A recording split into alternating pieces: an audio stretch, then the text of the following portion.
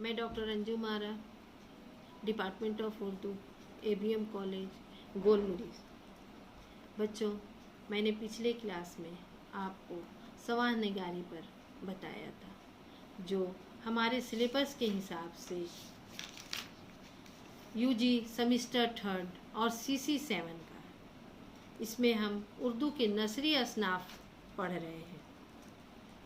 सवाह निगारी के बाद हम आज हाली बाहैसियत सवाह निगार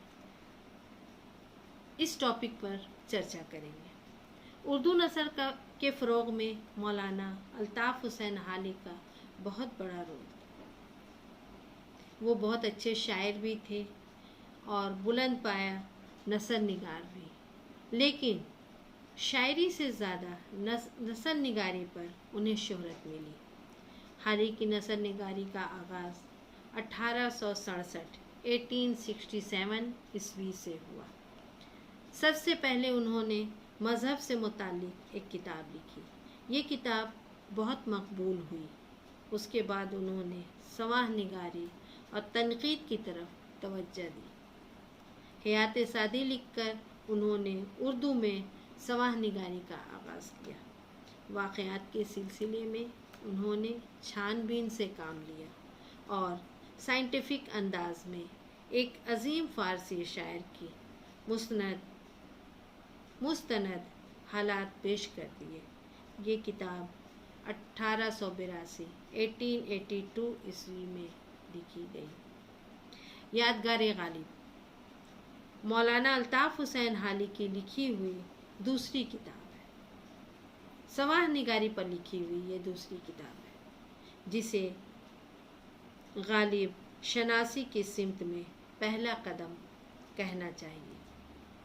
इससे मौलाना हाली की गालिब से मोहब्बत शनासी का सबूत मिलता है। ये दुरुस्त भी है कि उन्होंने इस किताब में गालिब की सवाह लिखने में उनकी कमज़ोरियों को छुपाया है। चूँकि हाली गालिब के शागिर्द थे और हाली को गालिब से अक़ीदतमंदी का ताल्लुक़ था, इसलिए हाली ने गालिब की सवाह पर कलम उठाने का फ़ैसला किया और एक अच्छे शागिर्द होने का उन्होंने फ़र्ज़ भी अदा किया। ये किताब यादगार गालिब 1896 ईस्वी में तकमील हुई।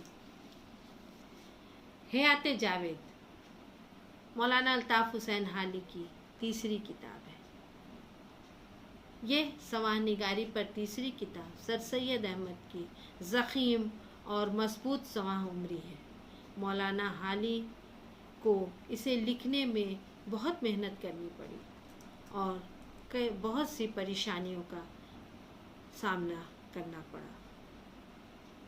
मवाद फराहम करने के लिए बार बार अलीगढ़ गए और काफ़ी दिनों तक यहाँ क़याम करना पड़ा।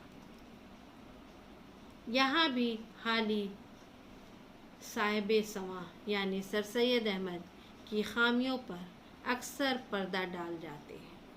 इसलिए शिबली इस किताब को तंज़ से मुदल्लुल मदाही और किताबुल मुनाक़िब यानी तारीफ़ों से लबरेज़ किताब कहते हैं।